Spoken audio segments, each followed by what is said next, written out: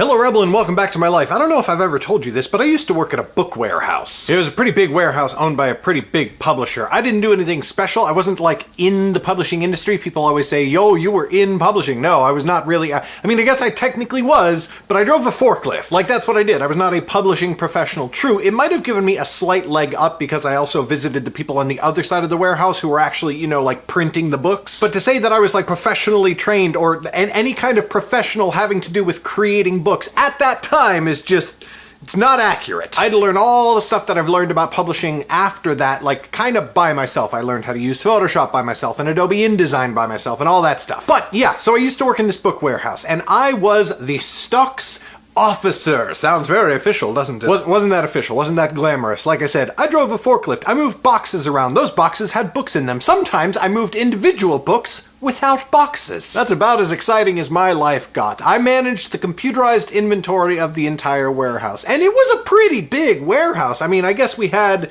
What did we have? Megan, do you remember how many pallets of stock there were at the warehouse? Yeah, I think there were like 10,000 pallets of stock there, which adds up to, oh gosh. Yeah, it was some multiple millions of books that I was responsible for looking out for literally all of the time. That was all I did. I drove them around, I moved them from place to place where they were supposed to go, and occasionally I also shipped them. That was my favorite part of my job. It wasn't actually technically my job. There was a separate shipping section with a shipping officer to go along with the stocks officer. But sometimes I didn't have the most to do, and so I would ship books. And sometimes when there weren't as many books to ship as other times, the shipping officer and his people would come help me with my job. So yeah, I got to ship a lot of books, and boy do I just like it. There's just something about wrapping up a book and sticking it in a box and putting an address label on it and shipping it out via UPS or the post office or whatever. I will still to this day go to some people's houses and see a book on the shelf and say, did you buy that in the year that it was released?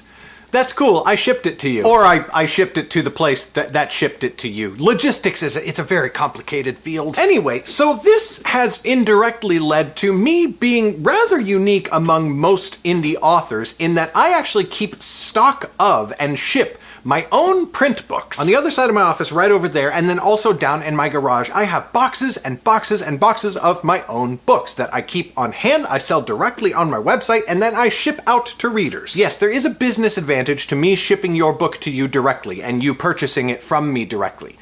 That's not actually the reason I set it up, though. I set it up because I really like shipping books. I like having books, and I like shipping them. However, as was often the case when I worked at that book warehouse, sometimes you run into a situation of overstock. This can happen for a variety of reasons. One of the most common is that you don't correctly count how many books you have on hand, so you think you're almost out of a certain title, and then you order more copies only to find out that you had more than you thought in the first place. And as you've probably gathered by this point, the reason that I'm bringing all of this up is that we are currently overstocked on several hardcover titles of Underrealm. In fact, it's all 5 of these titles right here. 5 out of 11 titles. I maybe need to manage my inventory a little bit better. But yeah, funnily enough, we have too many copies of these hardcovers in our possession right now. It's becoming a bit of a pain in the ass to store them. And so for exactly the next 2 weeks, I'm giving a 10% discount on all of these titles. If you want to know exactly what they are, it's Mystic, the 2nd book in the Nightblade epic, Shadeborn, the 4th book in the Nightblade epic, Weremage, the 5th book in the Nightblade epic, Yaren, the 6th book in the Nightblade epic, and the Mind Mage's Wrath, the 2nd book in the Academy Journals. There are links to all of them in the description. There's also a link to all of the books of Underrealm in the description, and if you buy any of those books on our website in the next 2 weeks, you will get a 10% discount on them, so it's a good time to stock up on your hardcovers. And you would also be doing me personally a huge favor by clearing out a lot of extra books that, frankly,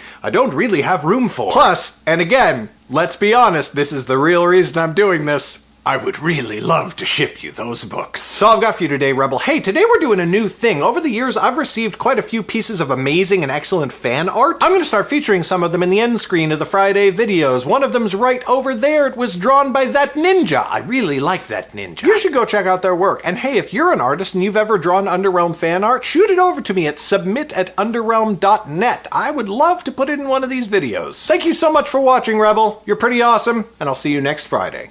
Bye!